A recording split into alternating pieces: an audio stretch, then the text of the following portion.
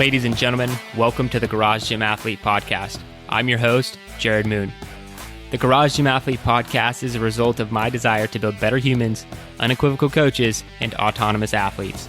I've spent the last several years obsessing over program design, nutrition, and every other way you can optimize human performance. This podcast distills the latest scientific research with what I've learned and blends it with the not-so-scientific field of mental toughness. We are here to build you into a dangerously effective athlete. If you enjoy this podcast, you can find out more about our training at garagegymathlete.com. And if you want to pursue more into the field of coaching and programming, head to endof3fitness.com. Thanks for listening.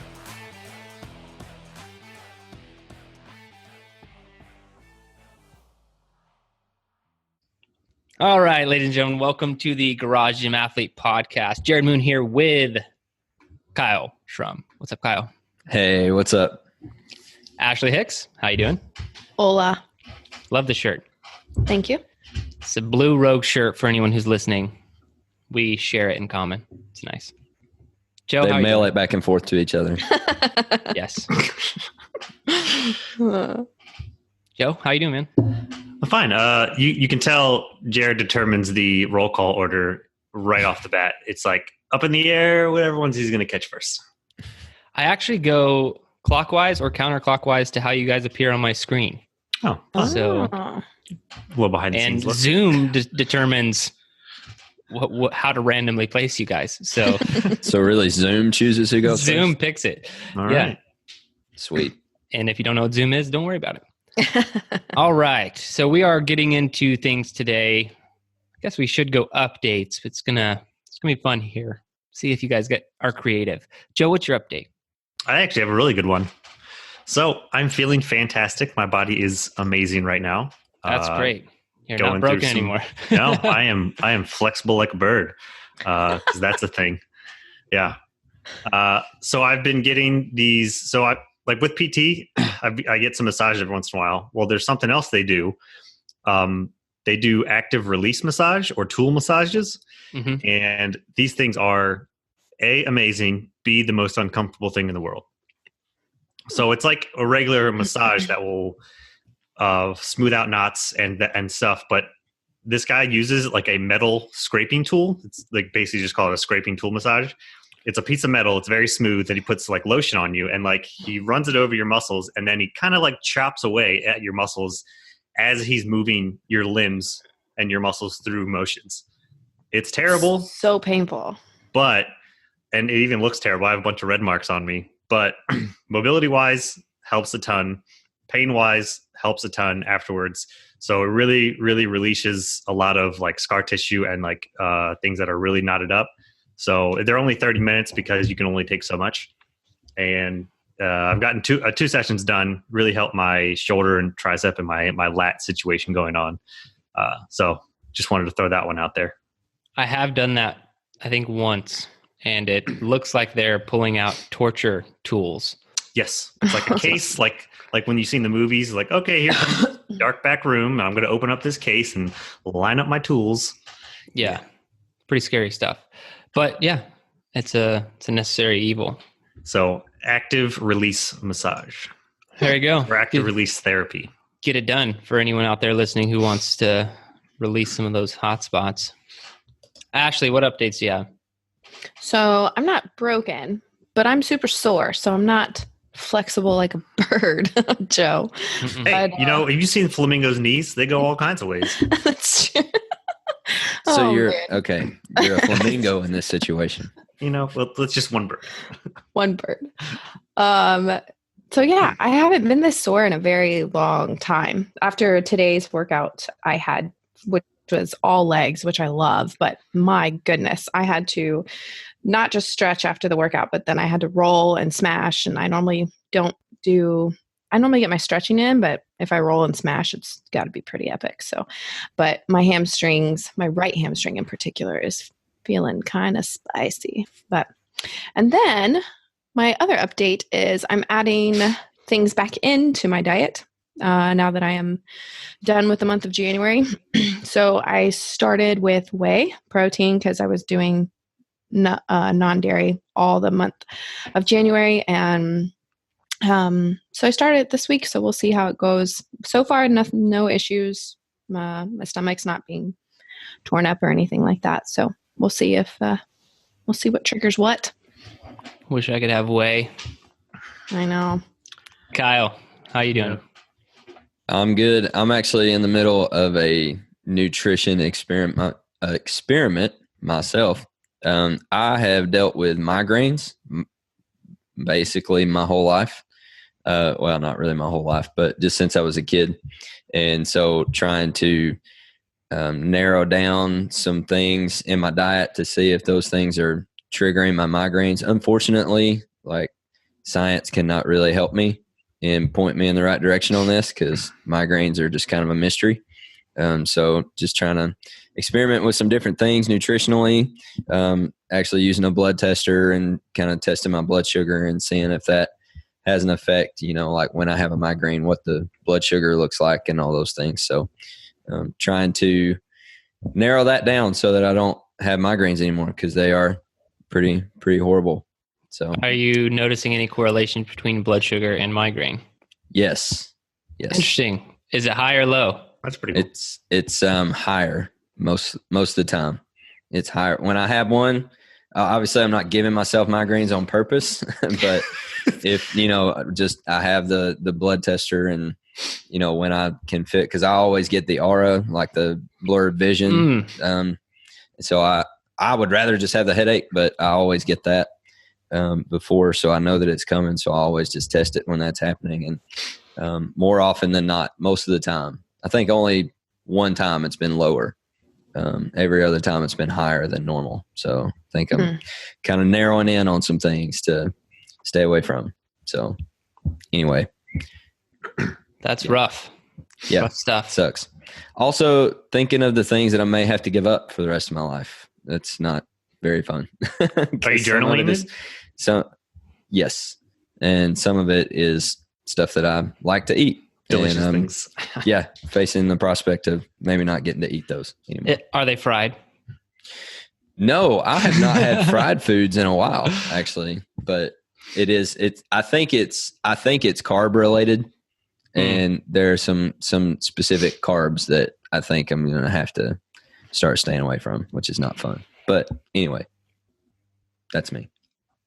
All right. You don't want to share the carbs? It's fine. No, I'm not done with the experiment yet. So he's not ready to say goodbye. I'm not. Yeah, it's going to be a process for me. So just let me have my thing. Keep us updated. So only 2 updates for me. One, I started using the 5-minute journal again. I used a 5-minute journal several years ago. Maybe like 2013, 2014. It's 2014. And I did one from beginning to end and kind of forgot about it completely.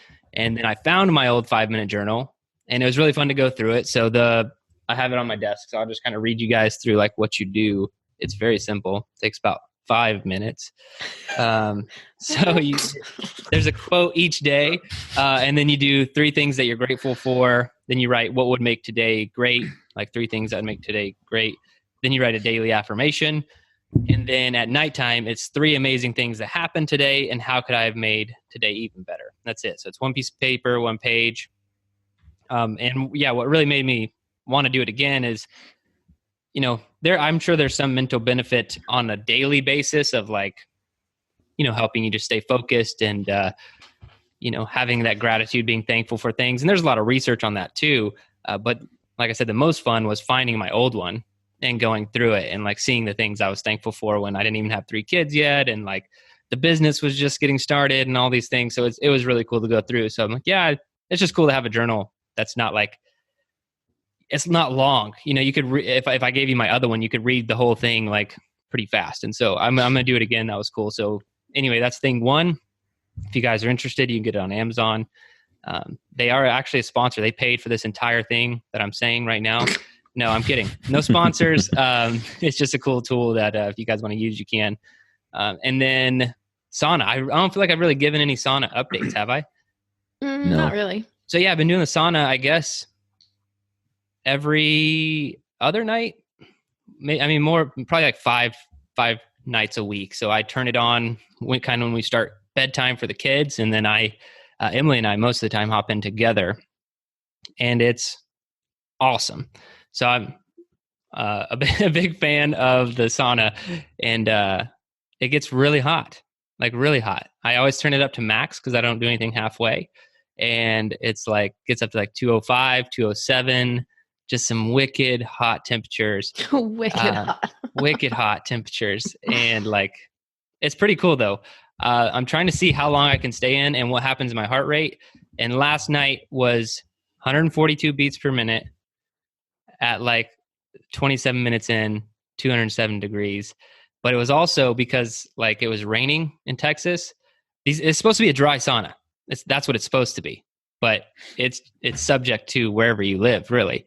It was like 47% humidity. Ugh. So it's kind of a wet sauna. Way hotter. A wet sauna should be like 115 degrees with really high humidity.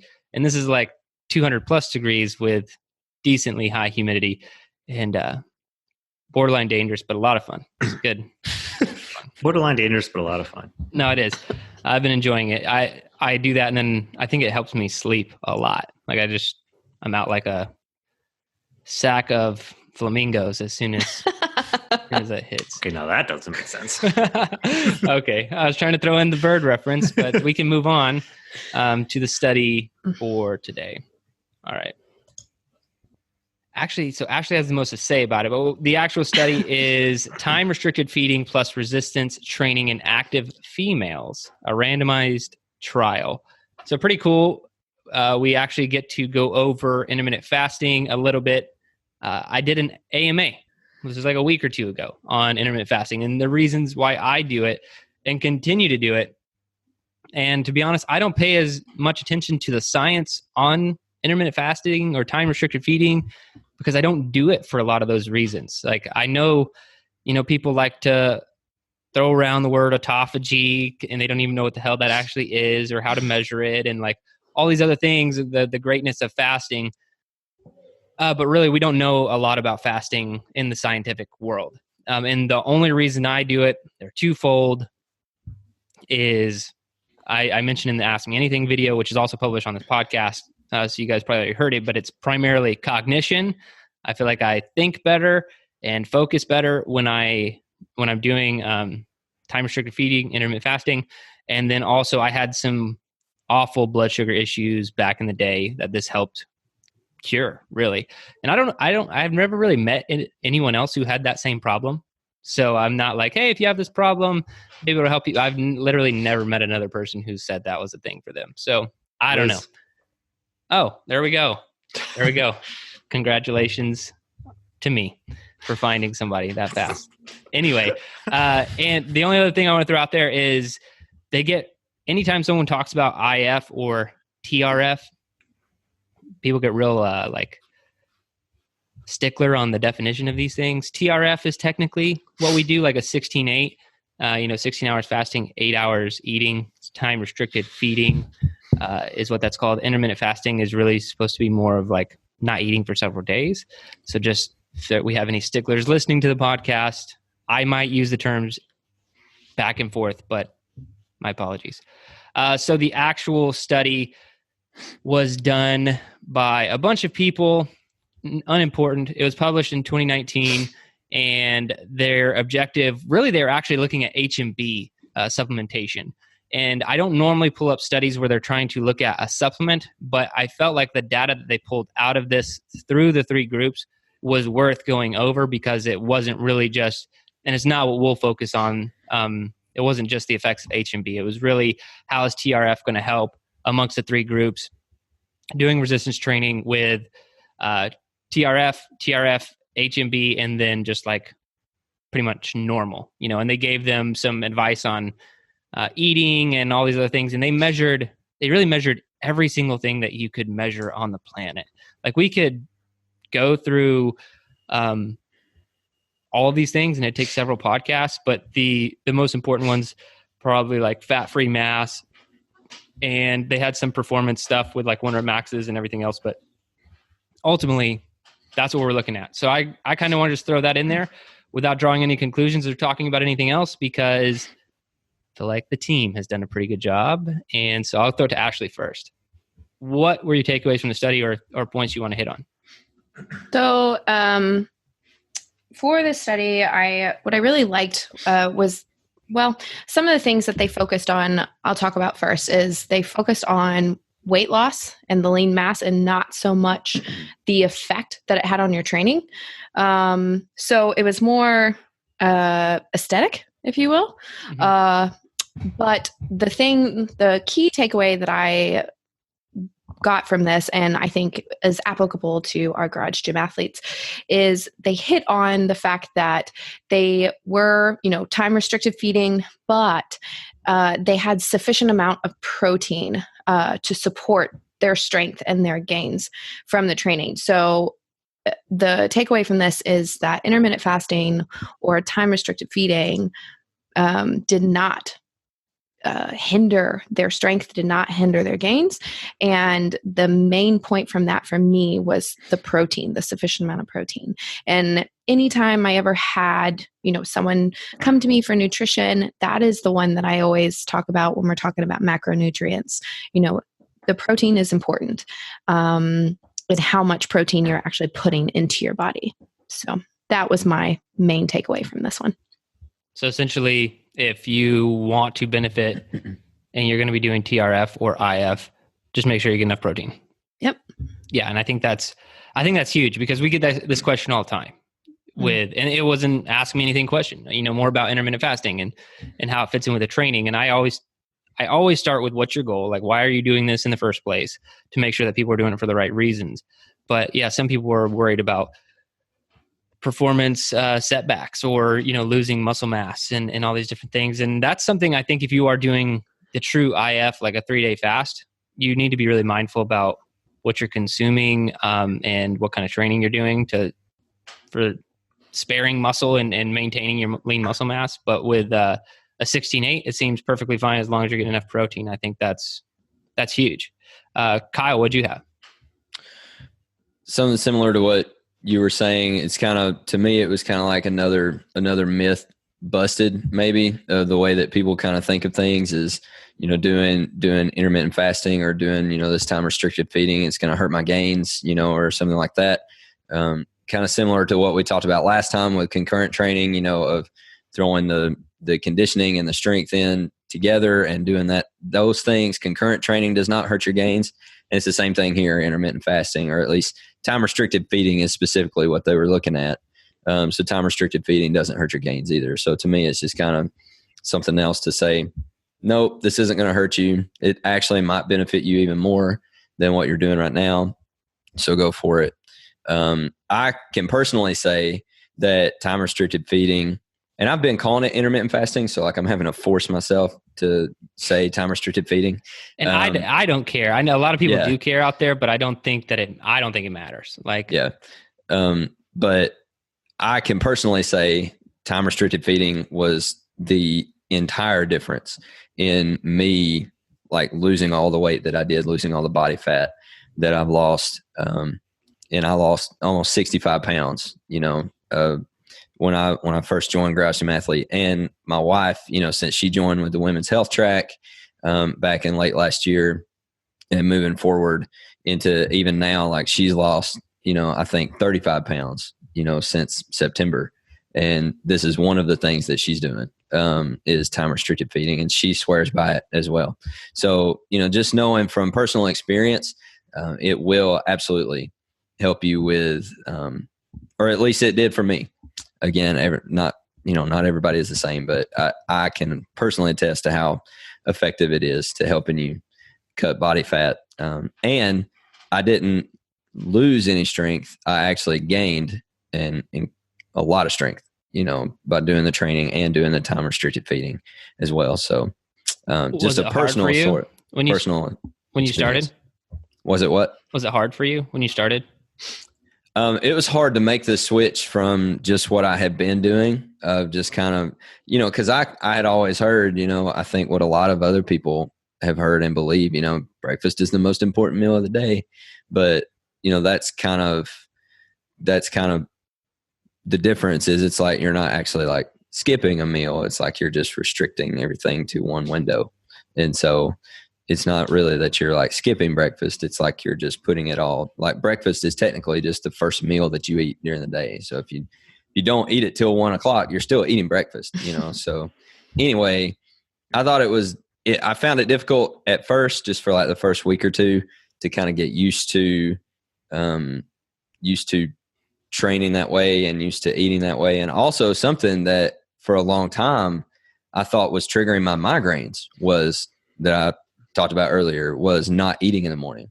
I kind of thought for a while, like not eating in the morning actually led to a migraine later in the day. And I've actually found that's not really true. It's really just kind of what I'm eating, I think, that's triggering the migraines, and not really the going for a specific amount of time at the beginning of the day without eating. And so I found it difficult to switch for the first couple of weeks, but then once I got used to it, then it's just kind of, and of course I've been doing it for almost 3 years now. So it's just kind of, that's just how I am now. So not really that tough. Yeah. It's funny how your body gets used to things. I do remember it being so hard. Like at the end, I would just, it would backfire when I very first started. I'd be so hungry at the end of the 16-hour fasting window that I would eat an enormous amount of food. And it wouldn't always be like the best quality. Like I would normally have like something healthy, but then I would still be really hungry. And so then I'm like, oh, well, I'm going to eat something else, and it would typically be more carbohydrate based. And then I'd have a huge crash, because I like loaded up on all these carbs and then came down. So I had to fix that problem. And then, but yeah, once you finally get it dialed in, but yeah, I remember it being such a challenge for me when I first started, and now it's a lot easier. I feel for me, it was when I first started doing that, it almost felt like, and maybe it actually does, I don't know, I'm not a scientist, but it kind of felt like my stomach actually got smaller. And so like for that, after I was doing time restricted feeding for a while, well, actually before that, like I could eat like an insane amount of food for breakfast. Right. But once I started doing this, like the first meal of the day that I eat now, I cannot eat an insane amount of food. If I eat an insane amount of food for breakfast, I will just be totally wrecked for the rest of the day. Like I just have to say, nope, I'm going to have, 3 scrambled eggs or something, and 3 scrambled eggs is going to hold me for a while. And before I started doing this, I was like, 3 scrambled eggs is nothing. Like I'm going to starve myself if all I eat is 3 scrambled eggs. But I don't know. It's just if I just, or maybe I'll just eat like a protein bar or something. And, once my window opens up, and just something that small is enough to hold me for a longer period of time than it used to be. So it's actually forced me to now, like, I will feel miserable if I eat all of that food. So I'm not going to. I'm just going to eat what I need to eat and be good with it. Yeah, I know. That's all I'm chasing. How do I feel with everything? Is it better or worse? Cut out the things that make you feel worse and more of the things that make you feel better. Joe, what'd you get from the study, man? Well, on the meal note, my scrambles get slightly out of hand sometimes. 1,000 calorie scramble. Yeah, I'm just like, oh, I need these veggies. I need these veggies. Oh, I got to add the meat, and then they're like over 1,000 calories sometimes. Anyway, not a ton that hasn't been said really. Everybody pretty much took it away. Main point that I wanted to hit on that Kyle also said was people that a lot of times start these fasting just think they're skipping meals, but you're just moving them closer together. So your calories never change. That's it. If anything, this study made me want to see more studies. So this was about strength. I wanted to see more about either endurance, conditioning, and also they should have had somebody train fasted as well for this study instead of just everybody, because everybody who the 3 groups that they studied on or that went through it all trained after eating. So there's none of them were training fasted. So it'd be cool to see that fasted training with strength and also endurance as well. But other than that, it was pretty good. Yeah, go ahead, Ashley. I think it would be cool to see a study that was specifically geared towards the training aspect of it. That was my other takeaway of this. Like, I really wanted, because they were more focused on like the fat loss and their lean body mass kind of thing. So not necessarily the training. So I pulled up went into the study and pulled up the main graph of the metrics that they tested. and they didn't mention it too much, but actually looking at all of the force metrics and the performance ones they tested, the two fasted groups their performance went up compared to the control group, and and then even the group that took the calcium supplement performed a little bit better than the other fasted group. So both fasted ones did a little bit better. Yeah, they have like 1 rep max and like all these, so many RFDs, like rate of force development on so many different, like unnecessary amount of tracking. Just looking at the graph, but yeah. So anyone who's curious, the study, they were looking at HMB. If you're interested in HMB, I'll like just recap the data for you from the study real quick. Doesn't look like it's worth your money. Because from experience, HMB is pretty expensive. It's not, and I'm sure that there are cheaper options out there, but I try to normally buy really clean supplements. So HMB can be more expensive, and it doesn't look like it's going to be this game changer for your training like, creatine actually could be. So if you're worried about that part of the study, I kind of recapped it for you. Don't worry about HMB. Now, the fasting side, and like I said, we were interested in, yes, it was done on females, but there's also been very similar studies to this one, almost exactly in males, and the results are basically the same, very, very similar. So it seems like, and I think the mechanism behind it was, lifting heavy weight, resistance training in general, there's that muscle protein breakdown. And then you have muscle protein synthesis activated for, depending on how well trained you are, it could be like 24 to 48 hours. That's why it only matters total protein intake over the course of the day. And that whole, gains window, that 30 minutes after workout, that's kind of realistic. Like you want to do that to be the most optimal possible. But really, if you miss it, you've stimulated these pathways for such a long period of time. As long as you're getting enough protein every single day, you're going to be fine. But bodybuilders don't do this at all. Just to like contrast what bodybuilders actually do. Bodybuilders, for the most part, eat every 2 hours, and they eat a lot of leucine and a lot of amino acids, and they try to keep those levels high as much as they can every 2 to 3 hours intentionally. So I do think that would be the more optimal way to gain muscle mass, because as I probably give the least crap to bodybuilders. If you've paid attention, like CrossFitters, whatever, powerlifters, but bodybuilders, I actually have a ton of respect for, just because really good bodybuilders are insanely intelligent about nutrition and, what they're doing and why they're doing it, which is not the case in a lot of other fields. And I'm not talking about the guy who's doing back and buys today. I'm talking about like a legitimate bodybuilder who knows what they're doing and, has the body to show for it. They're normally very smart people, and they've got a lot of this figured out. So if you do want to gain muscle, that's your ultimate thing. You might want to keep that. That's my only caveat is like, you might want to not fast. You might want to just eat regular intervals, because that's what the best in the business are doing. That's non-scientific. It's just, hey, that's what I see. I think that's it, other than my big takeaway, in lines with like Ashley, making sure that you're getting enough protein every day is huge. And I think one of the most important things, that's why we've done the protein and water challenge so many times. But then I like to zoom out and be like, okay, you're telling me it's not a magic bullet, right? That's not what we got from the study. It wasn't like, okay, if you're doing TRF or IF, everything's going to be better than anything else because it's amazing. That's not what we found out. We just found out, hey, you're going to, as long as you get enough protein, it won't hurt your gains at all, which is good. So now we can look at, are all the other benefits, things like I've mentioned why I do it, cognitive benefits or blood sugar regulation, weight loss, autophagy, all these other, and autophagy is a real thing. If anybody's wondering why I'm doing that, it's just because I was like, that's awesome. I love this autophagy thing. And the more I researched it, I found out like scientists basically don't know how to measure it very well. And there's no way to know if you're doing it like ever. And so there's no real reason I think that people should be hung up on that. Anyway, tangent.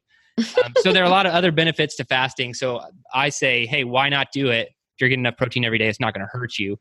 So it's definitely worth a try if you were on the fence about it. After like 2 years of intermittent fasting, it's been harder for me to break my fasts early, to just do normal 12-hour eating windows than to not. And that's what I've been trying to do these last couple of weeks, is to actually mix it up and train not fasted, because I did that for so long. But it's been harder to break that earlier than not. That's what happened to me after our Tahoe trip. So I had been so militant about fasting, like never breaking like my fast until it's been at least 16 hours. Mm-hmm. And then on our way out, we're headed to the airport and we stopped at that breakfast place. And I was like, okay, I'll have breakfast like a normal person. And then my stomach was wrecked for for hours. And I'm like, okay, I'm not going to be this little like creature that needs to be coddled, like I'll either not eat or you're going to learn how to eat again, stomach. So I've been switching it back and forth. There'll probably be 1 or 2 days a week now where I don't wait the 16 hours, and I've been fine. But I haven't been as militant as up to that trip. So yeah. All right. Getting into the topic. I feel like we crushed that one. Are we good? Yeah. Yeah. Cool. What's the topic this week? More food. Woohoo! Topic is meal prep. So this is to just kind of give you guys our own success stories for meal prep, and maybe spur on a new wisdom nugget for you to take away and say, I'm going to start and use that to help you out. So we're just going to kind of go around and talk about how our meal prep has been. Jared's has probably been, what, yours is the longest, the same Yeah, forever? I try to change it up, but my entire diet is really the same. So I have a shake every day. The shake. I try to mix it up. And I should probably mention what's in it because it has changed over the years. Greens, some sort of greens, normally spinach, but it can be kale or whatever. And that's normally 2 cups if you guys want to know amounts. So 2 cups of that, which is quite a bit. A cup of blueberries. And then right now it's pea protein. Yep. Mm-hmm. And then chia seed. And that's basically it. So pretty basic, unless it's like after training or I feel like I need more carbohydrates, I'll throw a banana in there. So it's like banana optional. So you stopped doing your sweet potato thing. Didn't you have 3 carb? 3 carb makes it really, really, really thick. Oh yeah. I don't put any carb supplements in there. I was doing that leading up to the bike race training last year, but no, I'm not doing it anymore. Yeah. Yeah, it's actually relatively low carb, especially with how much fiber is in there. There's an insane amount of fiber in blueberries. There's a lot of fiber in chia seeds. So it's not even that filling anymore because I've like cut it down on accident. And then anyway, so that one's easy. It's not a meal prep thing, but yeah, I either buy Paleo Nick or what's it called? Ice Age meals. I've been doing, I'll buy those. No affiliation with that company whatsoever. And then, or I meal prep. And I've been telling athletes for years, you can go to my Instagram. It's a safe story. It's some version of that. I do change out the vegetables, or, I won't have carrots one time, or I won't have sweet potatoes or whatever. I might change out the meat, but essentially it's that form. That's my meal prep. So meat, veggies, freeze it, done. And other than that, I don't really prep beyond that. So I don't know if that's helpful, but it is. That's what I got. How about you guys? Joe, you want to go? What? Meal prep? Meal prep. I don't really do much meal prep anymore since I'm home all the time. But I like variety. So I cook all different stuff all the time. And it just depends on what we're doing. When we used to meal prep, it was, I would just pick a meat, make it in the crock pot or bake a whole bunch of it. Cooking in bulk is key. Make 1 or 2, like 2 different kinds of veg and maybe some sweet potatoes. Have those all in different containers, and then we just have them in the fridge, and you can mix and match and put whatever with whatever. And I just always making different different stuff. I like to change things up a lot. You're like Emily. She doesn't really do well with meal prep because that means you have to eat some variation of the same thing every day. And and she's actually really good at cooking, as are you. So she can just make really awesome stuff for lunch that I would have never thought about. And yeah. I don't mind eating the same thing over and over, or like reusing leftovers, but I'm also not going to pre-make all my containers and week in and week out always have the same thing. I also don't do something that helps. I also don't do anything individualized. Like some people, I know Liz would look at the recipes and other people would throw out there like stuffed peppers. Like, no, I'm not cutting peppers in half and filling them with and baking them. No, forget that. I'm just throw it all in a container, mix it up and eat it. That's simple, easy. That's basically an Ice Age meal. Yeah. They act like they're all different, but they're all the same.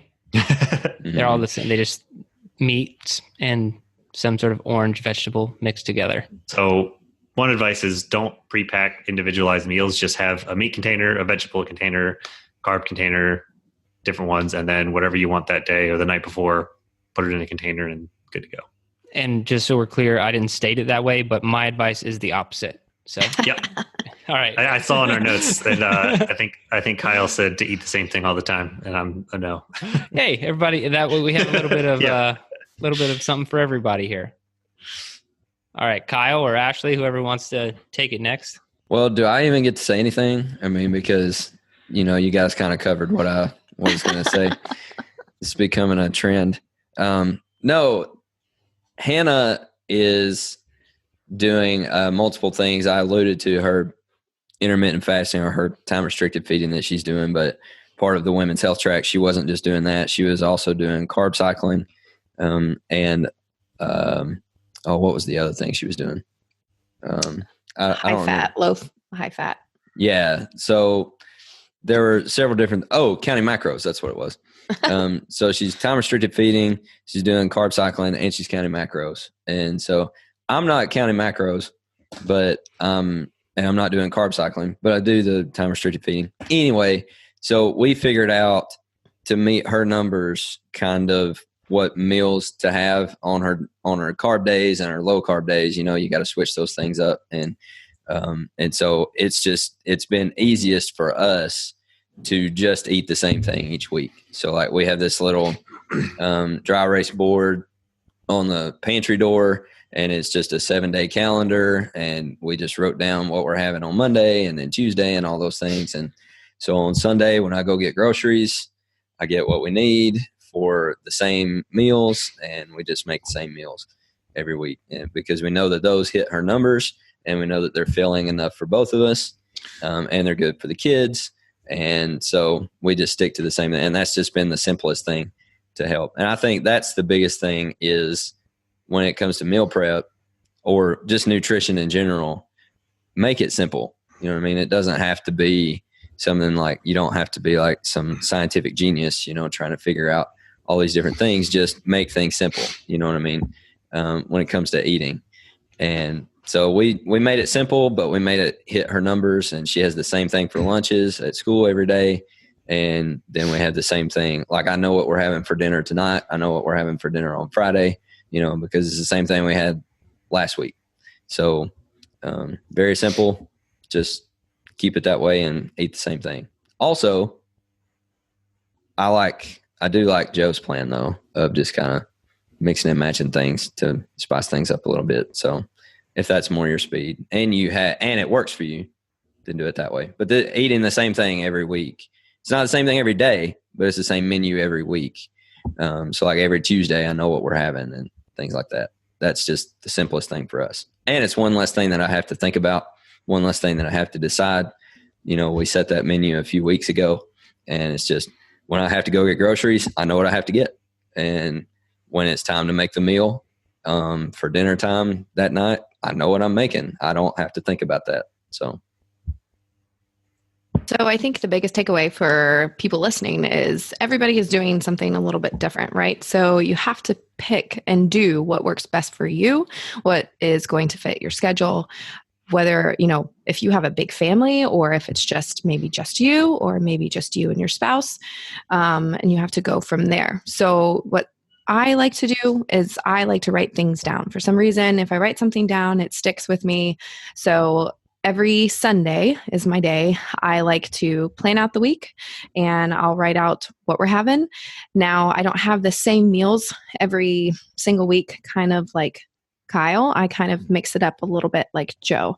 So I will, whether it's looking at stuff online, I'll go through and I'll say, okay, Monday I'm going to have honey mustard chicken thighs with zucchini. And then the next day I'll say, okay, I'm going to have, a healthy chicken broccoli fried rice kind of thing. And just so on and so forth. Another great thing to use are cookbooks. I know Joe has used a few Against the Grain. Am I right in saying that? Yeah, and Well Fed's also a really good one. There's also a crock-pot one. There are a couple of crock-pot ones you can get. Yeah. So cookbooks are great resources. Right now, again, no affiliation, but I just really like Cassie Joy and her whole Fed and Fit stuff. I decided to buy her Cook Once, Eat All Week book. And it's kind of what you said, Jared, like you eat the same meat pretty much all week long. You're just having different variations of it. So one night might be kind of more Mexican theme, and the next might be Asian or, barbecue, whatever it is. And the best part about that is all of those things you can measure out if you want to go strict and individualized. And it's kind of what Joe said. You have a protein in the fridge, you have a carbohydrate in the fridge, and then you've got all your veggies. So you kind of just all throw it in together. So you could have wrote that book, Joe. Yeah, I should just throw it together. That's the title. Just throw it together. Just throw it together. By Joe Courtney. But anyways, so I hope this helps for any of our listeners. And maybe if you need any more ideas, you always feel free to hit us up. My go-to that I eat all the time, especially when Liz is gone, are chicken thighs. I'll cook like 8 of them at a time, 2 per meal, eat 2 per meal. Have some broccoli, roast some broccoli, sometimes cauliflower, but cauliflower starts to stink after 2 days. So I kind of disband cauliflower from my house. Those are my super easy ones. And then Chipotle. Chipotle is phantasmical. Yeah. When I did that vegan experiment, I just, that was my lunch every day, was a vegan burrito. And I just ordered like 7 of them at a time, and then I would go pick them up and then freeze them and eat them. God. But what? What's wrong with that? I don't know. Eating a freezing fast food to you unfreeze it. Well, no, you're not going to eat it frozen, but having to freeze it afterwards. Well, yeah. Well, the first one's the best because that one you eat hot, and then the others have to thaw out. So yeah, it gets worse as each time you eat it. But anyway, that was actually the most cost-effective meal prep I think I've ever done, because it has to be the vegan version because they charge a lot more for meat in a Chipotle burrito. But if you do the vegan version, it was very cheap. Like it's cheaper than you can get. It's probably pretty on par with like meal prepping your own stuff, like I was doing, like buying the meat and everything else and doing it. Really close to that, but cheaper than a done-for-you service like Ice Age Meals or whatever, the cost per meal.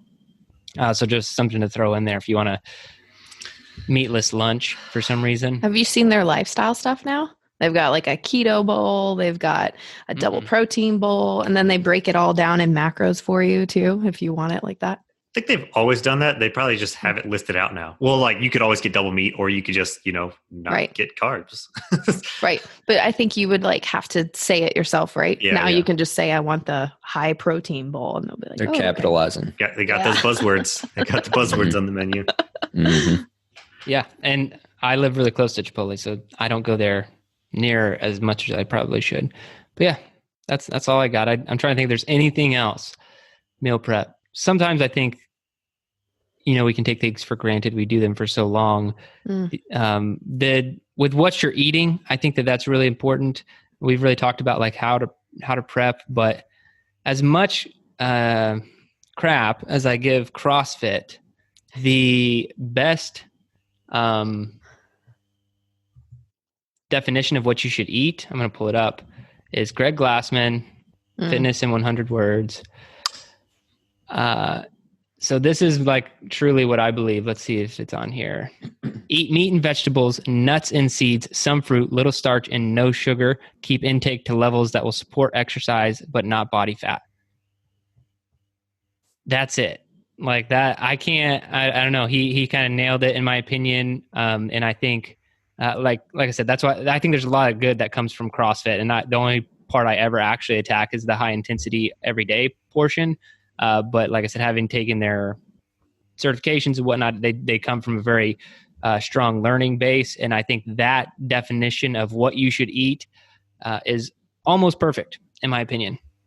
So it's, if you guys are ever confused about it, one more time: eat meat and vegetables, nuts and seeds, some fruit, little starch, and no sugar. Keep intake levels to levels that will support exercise, not body fat. I think that last little line is like huge. It's like, how much should I eat? Well, just enough to support what you're doing, but not more than that. It's like, oh, all right. So yeah, you can't even argue it. So that's really good. But that's all I have. We can get into the workout, which is Patriot, a crowd favorite. Kyle's going to brief it. So Patriot, really, really simple. Maybe the simplest Meet Yourself Saturday we have. It's Wait, do you know the backstory on it? You got to start with the backstory. Okay. It's a Timma. Yeah, I wasn't going to do it because Patriot? I wasn't going to do it because I can't pronounce his last name. I don't know what it is. Timma Gali, I think, right? Something like that. Nyali, right. So it comes from former New England Patriot, Satima Yali. Say I messed it up. No, you're good. Just keep going. He was on the Better Humanology podcast back in the day, and this was it. For that podcast, we always had the guests throw out a fitness challenge. So this was his fitness challenge. So we just made it into a Meet Yourself Saturday.